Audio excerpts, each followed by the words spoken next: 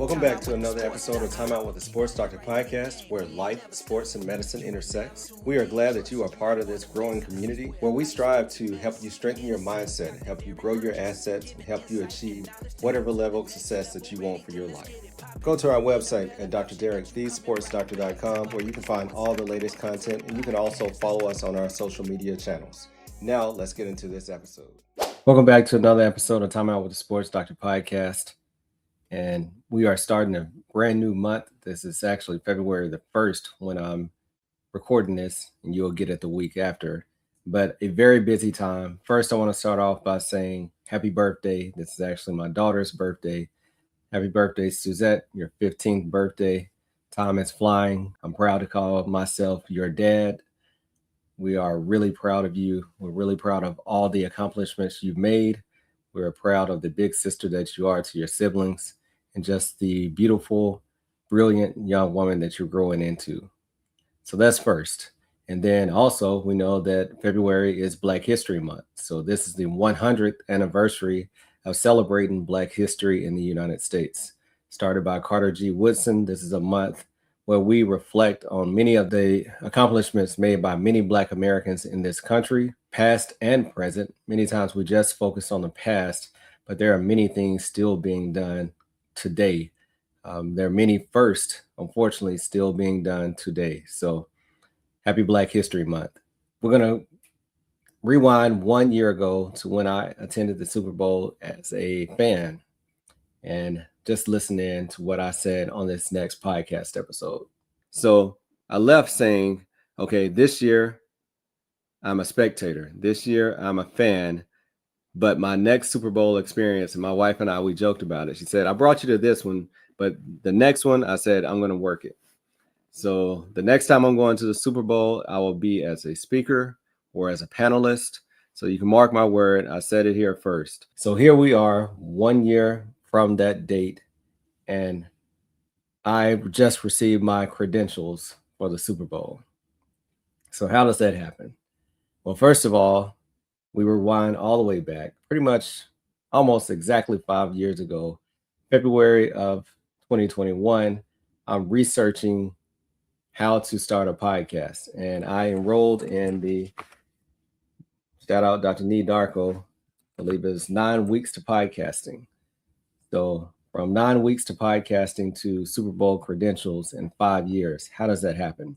I think many times we overlook things of this nature and we don't really discuss it or really understand someone's philosophy or the theory or what work went into going from A to Z. And, you know, this is not Z. I don't feel this is just another accomplishment along the way, but how did I get here? So I've really spent a lot of time reflecting on how did I get here? You know, many times we'll say it's by luck or it's by chance or it's a God thing. And I do believe that it's all those things, but how do you set yourself up for the blessing? You know, many times when we see people accomplish great things, especially since we're talking about the Super Bowl, many athletes that we see, we just attribute it to having this supernatural talent, right? That in order to make it to the NFL, we know you have to have physical attributes. We know that you have to run fast, jump high, whatever it may be. But it's almost like sometimes, you know, those people are not regular people. They didn't have to do the work, or they did not have to overcome obstacles to get to where they are. It's just you have this natural talent. So I feel a good tie-in to this is a book that I'm currently reading, which we will discuss more on this podcast later. However, I feel that it ties in perfectly with this discussion. The book is Grit by Angela Duckworth. And the particular chapter that I just finished going through was talking about effort counts twice. Effort counts twice. So how do you go from starting to achievement, right? So as I mentioned, many times we want to write off when we see someone doing something great. They were born with the attributes or they have this superb talent. But what we're trying to find out now is that talent does not trump everything else. Talent sometimes will trump hard work. However, in the long run, you have to be more than talented to achieve at a high level. and sustain that level of achievement. One of my job responsibilities is training the next generation of surgeons. So many times when we're trying to select who's going to be coming into the program, we're looking at more than just your clinical grades or your acumen. We're trying to figure out who is going to be able to survive a program for 5 years, who is going to be able to show up, who's going to be able to be prepared, who's going to be able to be receptive to teaching. So these are all different things that we're trying to measure in a person. And these are all things that really are important to who becomes successful in the long run, because we know that it's not the smartest. I can recall in medical school, as I've told this story before, it was look to your left, look to your right. Someone won't be here by the time you graduate. And it wasn't long in the semester where we started to see people fall off. And it was sometimes those that came from the higher ranked schools, or some that came in with great grades or accolades, and they were dismissed from medical school. So what separates that person with high talent or the high achiever? I wasn't in elementary school in the talented class, right? So it always kind of, the talented and gifted class, that always rubbed me the wrong way, because I knew, hey, I'm smart, I work hard to get what I have, but I didn't test into this class. And I feel sometimes that when we label kids, especially at an early age, as being superb talent or superb brilliance, sometimes they can be a handicap in the long run, because it might not be that person that really had to put their nose down and really grind it out. Because over time, I do feel like that plays a significant role in the people who will be able to grind it out in the hard times when life hits. Are you a young physician who's frustrated in figuring out how you're going to continue to fund yourself through this early phase of your career? Are you tired of speaking to lenders who do not understand your plight? We have a solution for you. Let me introduce you to Doc2Doc Lending.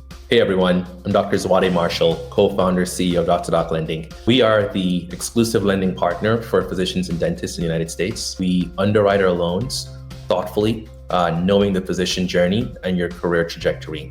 We're a company that's been founded by doctors and built for doctors because we get it. Banks don't understand all the ways in which we struggle through educational debt, consumer debt, as we're trying to make ends meet during a very challenging time of our lives.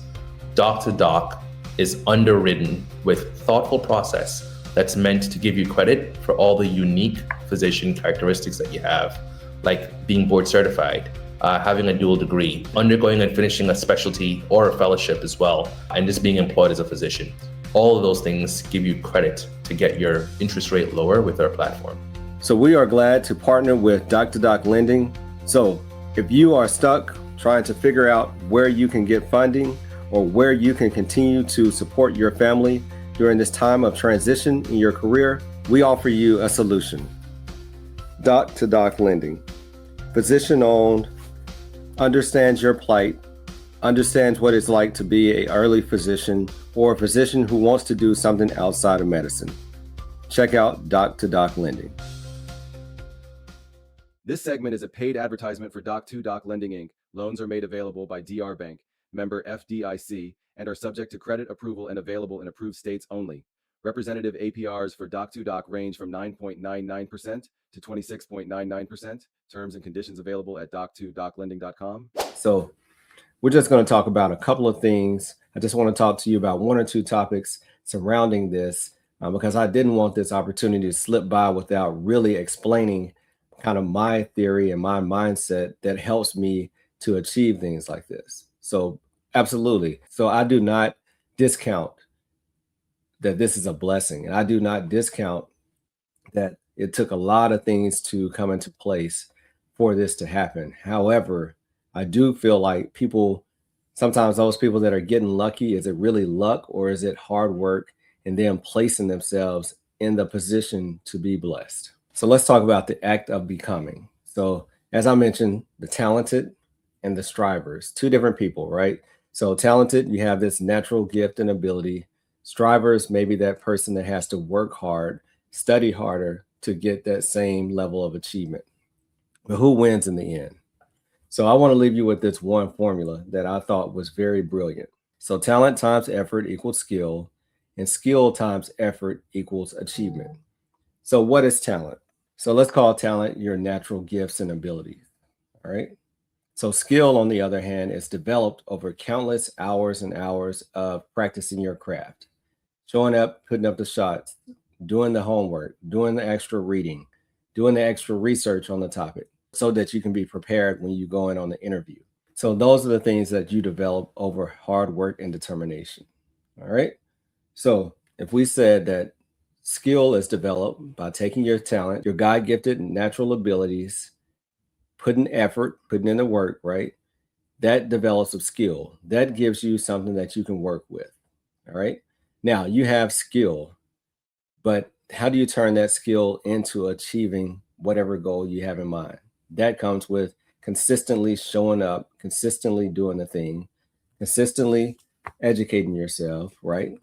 I'm 3 coaches in at this point. So 2 podcast coaches, a speaking coach. I've invested in myself. I've invested in this podcast. I've invested in my business. So it's not just continuing to show up to do the same thing the same way over and over again. It's continuing to critique yourself. It's continuing to surround yourself with people that are doing it on a higher level than you are. All right. It's continuing to foster those relationships. It's continuing to build your brand, continuing to connect with people in your circle as well as outside of your circle. All right. So I feel like these are all things. So I feel like it's been a long time since I've been the most talented person in the room. Maybe during elementary school, maybe during midget or peewee football, but it's been a long time since I've been the most talented person in the room. I've always been someone who had to study. I've always been someone who had to go the extra mile to make sure that I was achieving. But because of that, I've developed a grittiness, right? This level of grit and determination that I'm not going to allow you to outwork me. All right. So that's part of my upbringing with having to work with my father and having to do the things that a lot of people didn't have to do, that I'm not going to let you outwork me no matter what. All right. And I feel that in the long run, that is just as important, if not more important than talent alone. So be careful when you're just choosing talent. I have very talented children. All right. I have someone who's very gifted. At the same time, I know that I have to push even harder because I don't want you to rely on that talent alone.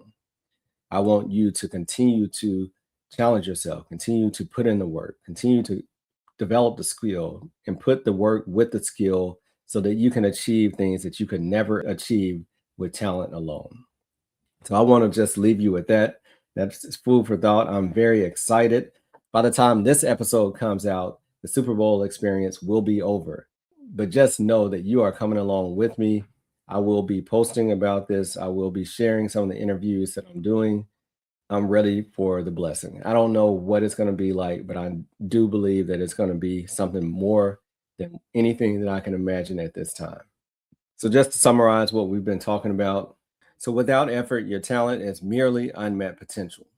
Without effort, your skill is what could be done but has not been done.